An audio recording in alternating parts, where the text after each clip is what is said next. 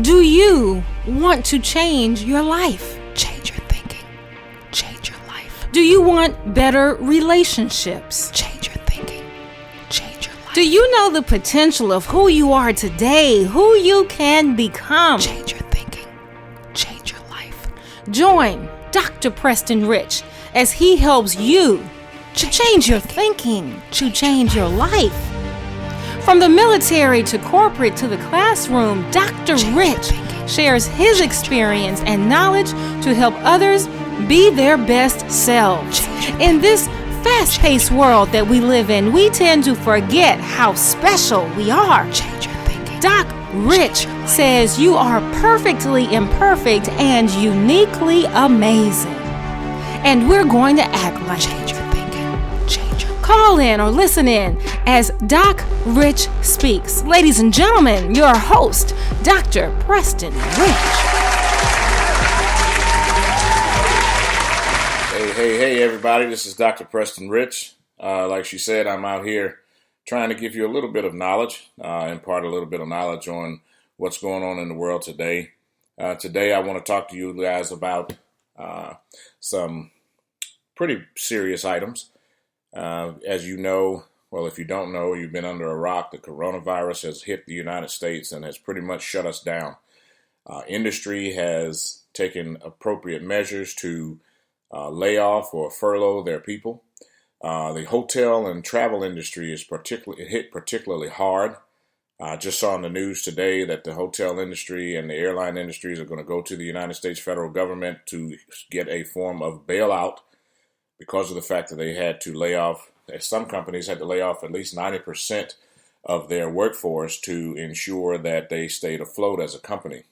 I have some experience with a couple of companies. I used to work for a hotel management company here in Dallas, and approximately 2 weeks ago, I decided to pack my things and get out of the corporate world. The company was doing fine. The coronavirus was about a week into the United States. I left on March the 2nd.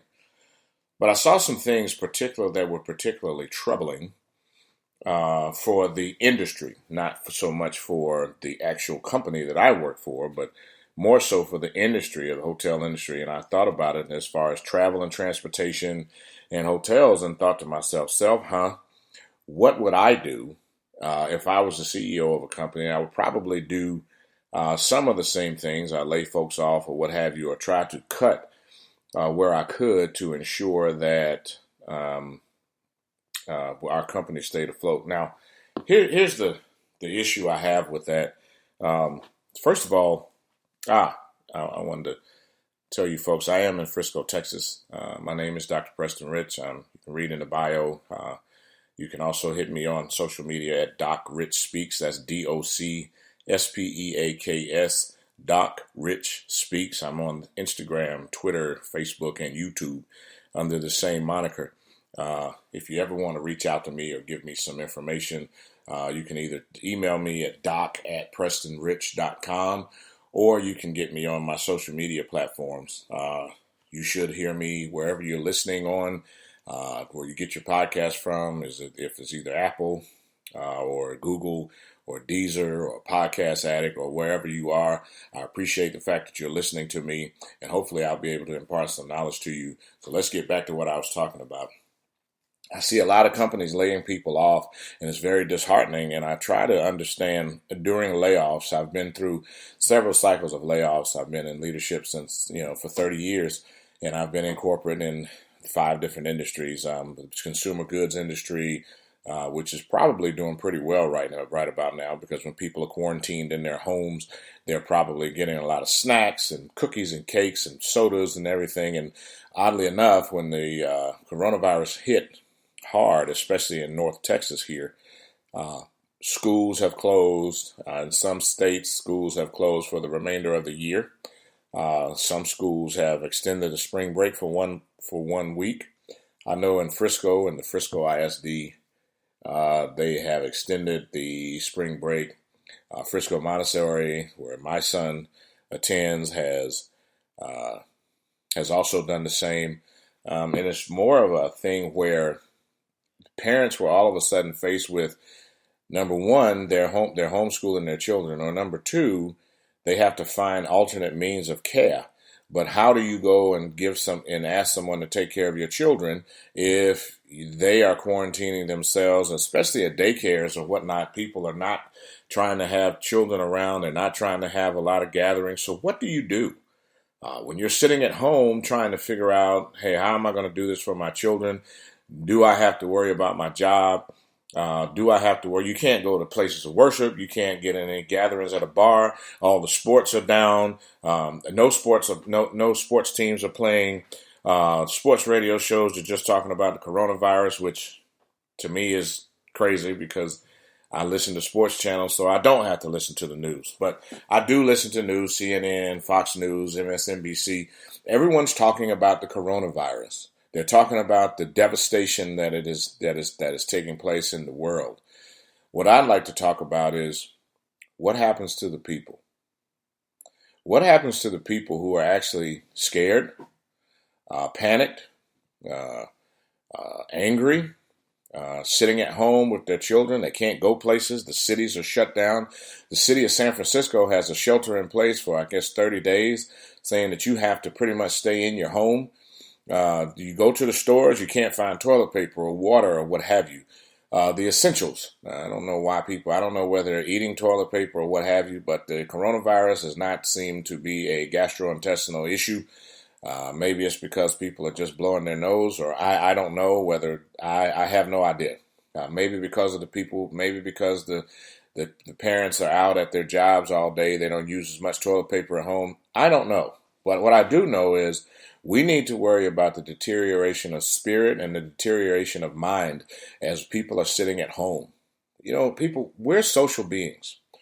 We have to be socially connected. You know, Maslow's hierarchy of needs, not to bore you with a bunch of science, but Maslow's hierarchy of needs say that people have a need for several things on a hierarchy. They need to have physiological needs met. They need to have their safety needs met, and they need to have their belonging needs met. After that comes your esteem needs, and then your needs for self-actualization. The one I want to talk about is the need for belonging. People have to be able to belong to something. And now you're taking away the thing that they belong to. And sadly, most people relate their belonging or their need to be needed to their jobs. This is troubling because when they don't have that, when you're not the boss at the job to actually tell someone what to do, or you're not being told what to do, or not being led somewhere, or not having a task to work on, you're all of a sudden finding yourself in a situation where you get into some people may slip into depression. Some people may slip into a state of anger. Some people may go straight to dada, denial, anger, depression, and then acceptance, especially in the case that they get laid off. Now you're sitting at home, you're supposed to be working from home, but this coronavirus thing takes a turn, and now you have to be laid off. And now you have to go through the trouble of applying for unemployment benefits. And now you have to figure out where to put your kids and for daycare. And then you have to figure out how to educate your children. And then if you're sending your children to a private school, how am I going to get money to actually pay for that? Then you have to search for a job while no one is actually hiring because nobody's at work. And if they are at work, they're online, and you're not doing interviews, face-to-face interviews. But what opportunity do we have to take advantage of our technology and take advantage of the human spirit? Now, if you look at this and you look around and you see a lot of times, I coach people, and I hear a lot of people come to me and say, Dr. Rich, I don't understand why my husband, he travels all the time. When he does come home, he's watching TV and sports, or he's going out with the boys, or he's sitting at the bar. And what am I to do because I'm here with the kids? Same thing for husbands. They say, hey, my wife is a corporate executive or not, or she is traveling all the time with her job, and I need her here with the kids. I need to do something. And then when she gets there with the kids, she's tired. You guys haven't worked out how to actually manage your house. Now, it's kind of funny that people can be managers or executives at their jobs, but they have no clue on how to manage their household, especially with all of the people at the house at the same time. How do you manage that? Men, You should have a plan. Ladies, single parents, you should have a plan. Now, I'm not telling you to go and sit down and say, okay, I plan to do this or I plan to do that. But if you look at your routine day to day, you get up, you go to the bathroom, brush your teeth, you take a shower, hopefully.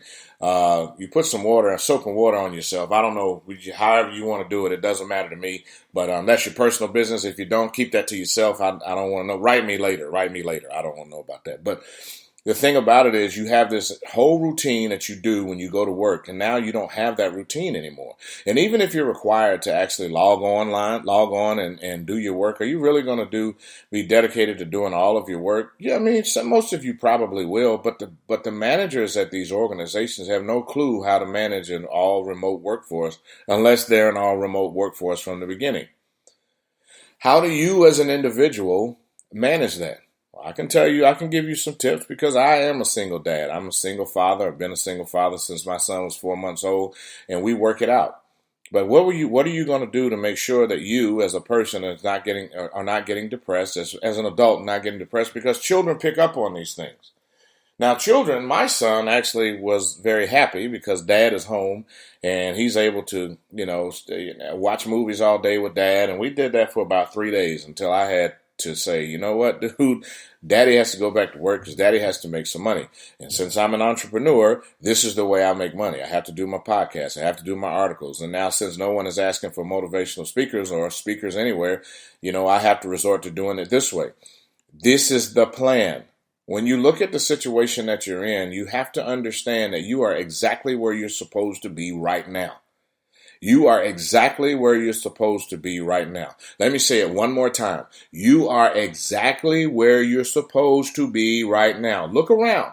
Look around your house right now. Is there something you should do? There's a pile of clothes over there that needs to be folded? There's some things out in the garage that you probably need to be able to clean out. There's some things that you have to do that you put on your to-do list to say, damn, I got to get that done. Go ahead and get that done. You got all your kids there to help you with it. And children should have the routine too. Look at what they do in their schools. If they're under 5 years old, they probably take a nap every day. They have a little cubby. Now they get to take a nap in their bed. Do they have their lunches? Yep. You can't go to Chick-fil-A. You can't do Uber Eats. I wouldn't do the Uber Eats. I don't know. I mean, wait. Let me disclaimer. I have used Uber Eats and I have nothing wrong with Uber Eats. Okay. Uber Eats is great. DoorDash, great. Favor, great. All of these places are great because you have these runners out there. Me, on the other hand, I have used them before to feed myself, to feed my teammates, and to feed my child. At this time right now, how safe is that? I don't want to take any money out of anybody's pocket. But if you feel as though it's safe and you feel as though it's something to do, hey, man, those people are out there making that money. And I think that if you feel comfortable with that, go ahead and do that. But the bottom line is you're still responsible to feed your children. And what you have to do is probably, I don't know, I hate to tell you this, but you might have to cook something, make some sandwiches, do something. The together time, the time that you have with your people right now, your children, your spouse, your significant other, that's the time right now that you need to rediscover who they are. All these times around when we're looking at all of these things that we did, 2 weeks ago, you were probably complaining that you don't have more time. When these people die, you're going to stand up there on this podium and you're going to tell everybody about how this person was, and blah, blah, blah, slow singing, snot slinging, and flower bringing when they die. Well, you have an opportunity to deal with them right now. So why don't you do that? Grab your kids and give them a hug and kiss. Grab your spouse and give them a hug and kiss and say, hey, I love you. If you have an elephant in the room, talk about it, fix it, work it out. These people, look, let me tell you something. You have been given a unique opportunity to spend more time with your loved ones, and you're getting paid for it. Now, some of you might say, damn, I'm with my kids. Oh my God, they're driving me nuts. Yeah, they are driving you nuts, but you remember you made them when you were ooh baby, and back in the day, and you did that, and 9 months later you came out with the kid. Well, you should have thought about that then. Now you have these kids, you have the unique opportunity to take them outside and teach them some things, or go walk around, or rediscover who they are, help them to understand who you are. You're there, present in their face. Now the job, managers. And I say managers, not leaders, because leaders should already know this. Managers, here's what you don't want to do. What you don't want to do is to lose the person to either something else or another company. Good leaders are actually on the phone with their workers every week. Just like you have one-on-ones in the office, which you should have one-on-ones. If you don't know about one-on-ones, DM me and I'll tell you about it. Hell, I might do a podcast about it. I have about 6 different things that people want me to podcast about, and I'm getting to it. I'm getting them out as quickly as I can, people. Here I go with the again. Sorry. The issue that I want to get across to leaders is, because people are working from home, you have to instill a bit of trust, and you have to instill a bit of give a damn. You have to actually pick up the telephone and call your people and say, hey, how you doing? How's everything going? Do you need anything from me? What can I do for you? Not, hey, did you get that work done? Hey, did you get those transactions finished? Hey, did you do this? Did you do that? Did you do the other? No, you can't do that. That is not something that you can do.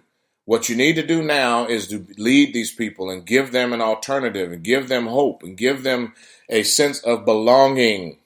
This is what I was telling you about with Maslow's hierarchy of needs. You have to give people and fulfill their need to belong. Three of the top three content theories of motivation are based on needs. Okay? Needs. Whether you're talking about Maslow, whether you're talking about Alderfer, whether you're talking about McClellan, you still have to understand that needs of relatedness, needs of affiliation, the needs of belonging are the things that motivate people to get things done. So what do you do as a leader? Fulfill their needs. They have a need, but these people are scared. I don't care what you say. They're scared. They're sitting at home with their kids, worrying about you and the job. And if you're going to call them and say, hey, don't come to work, I'll send you your things. If you've never gotten that phone call, just think about this. Just think about this. You're sitting at home, fat, dumb, and happy, doing your work or what you thought was your work, and you get a phone call from the HR people or your manager, your manager, and says, hey, we're doing some more layoffs and you're cutting and I'm sorry, here's your severance, bye. That hurts. That hurts. Take it from somebody who's been laid off before as a contractor and as an employee. I remember one time I was with a company and an investment firm came in and purchased us and laid off all the managers, brought their managers in and said, hey, thanks, I appreciate it, bye-bye. I was at another company, a beverage organization, who actually had people working for them for years. A contracting company came in where they were outsourcing their IT services, and then you go from 15 years of an employee to the next day being a contractor. All of those things happen. What's going to happen with your job? And what's going to happen when you don't have that company to go to? This is a time for you to actually look at the things that you love and start doing those. What is that project that you have? What is that thing that makes you you? What is the thing that helps you to be the best you can be?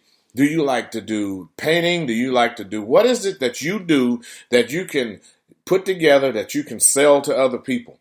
What is it? What is the thing that you do that you love to do that you never had time to do? Go do that.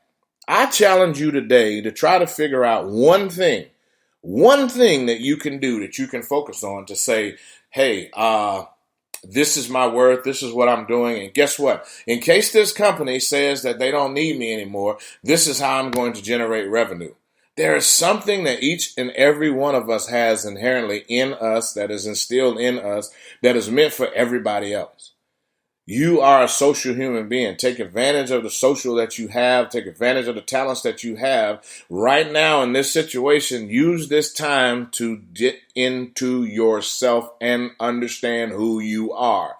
By understanding who you are, you help all those other people around you. There's nothing worse than being involved or trying to get someone to understand you and you can't understand yourself. How much sense does that make? You want other people to understand you and you can't figure out who you are. You can't figure out how you think, you can't figure out how you communicate, and you can't figure out if your communication is effective. If you did, you would have a way to measure that. People, in these trying times, we are Americans, so we understand that being an American means that we have to be resilient. We've been through this stuff before. Every 100 years, go look at the history books. Every 100 years, we have a quote-unquote plague. And America is still here for us to talk about it. We're Americans, people.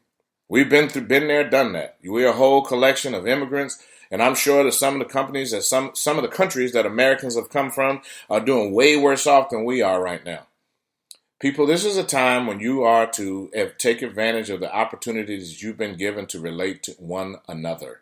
These are the things that are helping you. This is the wake-up call for you to say, hey, I probably need to invest a little more in myself and in my children and in those who love me. If that company does not have your name on the marquee, you're a resource to help them get more money. And that's, hey, you know what? And if that's what you can do, if that's all you can do right now to put food on the table, I'm not knocking that. But if you're in a situation right now where you're on your job and you're trying to understand your job and you're away from your job and you have less headaches, you can sleep at night, you have greater interaction with your loved ones, you're liking yourself more, you're spending more time with yourself, and you're investing in you, you probably need to think about that company that you're working for, that company that's working you to death, because as soon as things got hard, they laid you off. As soon as things got hard, they decided they're going to go another direction. As soon as things got rough, they don't care how much money you made for them because, hey, they're paying you. That's the social contract. You give us stuff, we'll give you stuff. They give you benefits. They give you this. They give you that. But what is it that you can do for yourself? Now you're starting to understand how important that you are not to your organization. You're not that important to your organization. This is what you probably need to figure out. This is a wake-up call for you. And I'm not telling you to go quit your job or what have you. What I am telling you is if you're in a situation that you're at your job and you're not being treated the way that you want to be treated, get a box, put your stuff in it, and leave. You don't need to be there.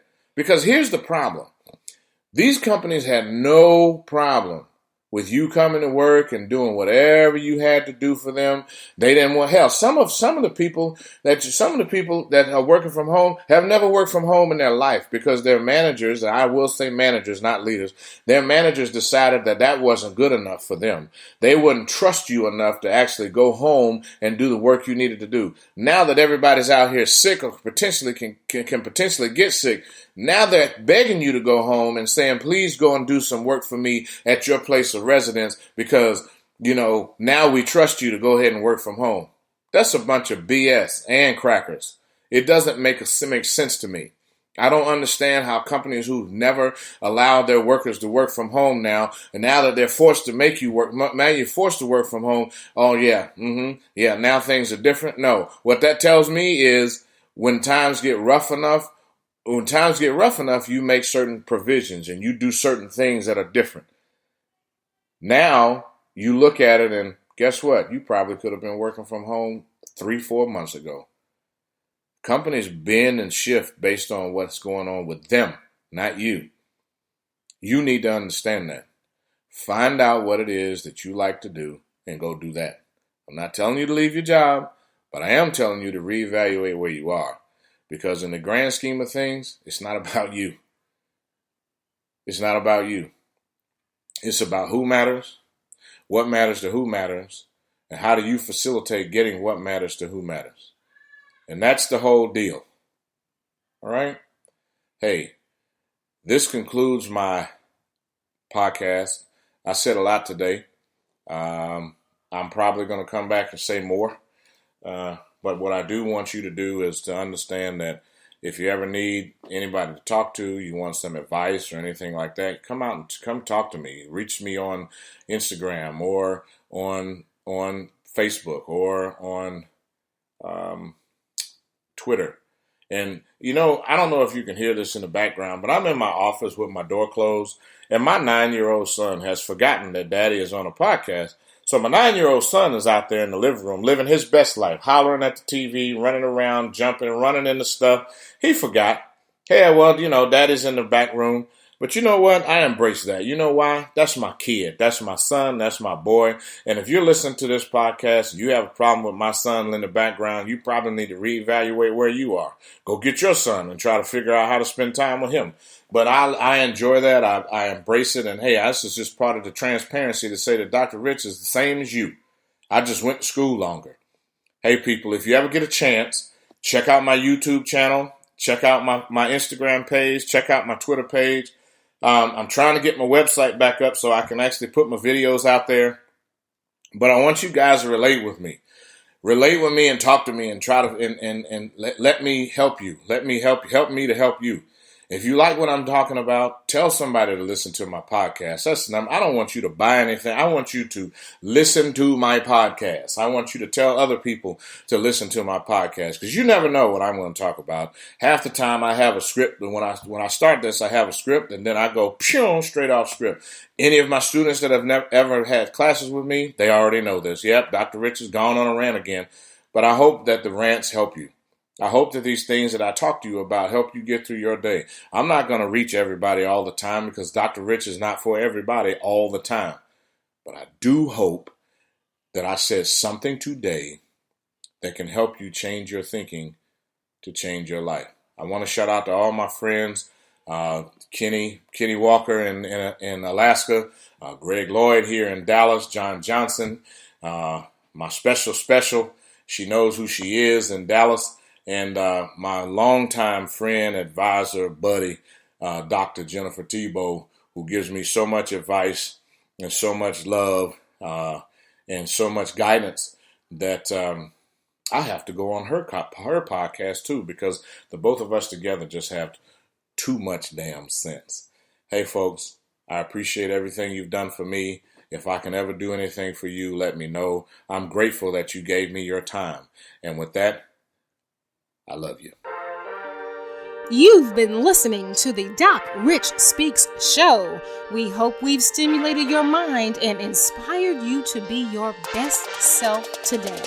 If you've enjoyed the show, tell some friends and join us next time on this same station.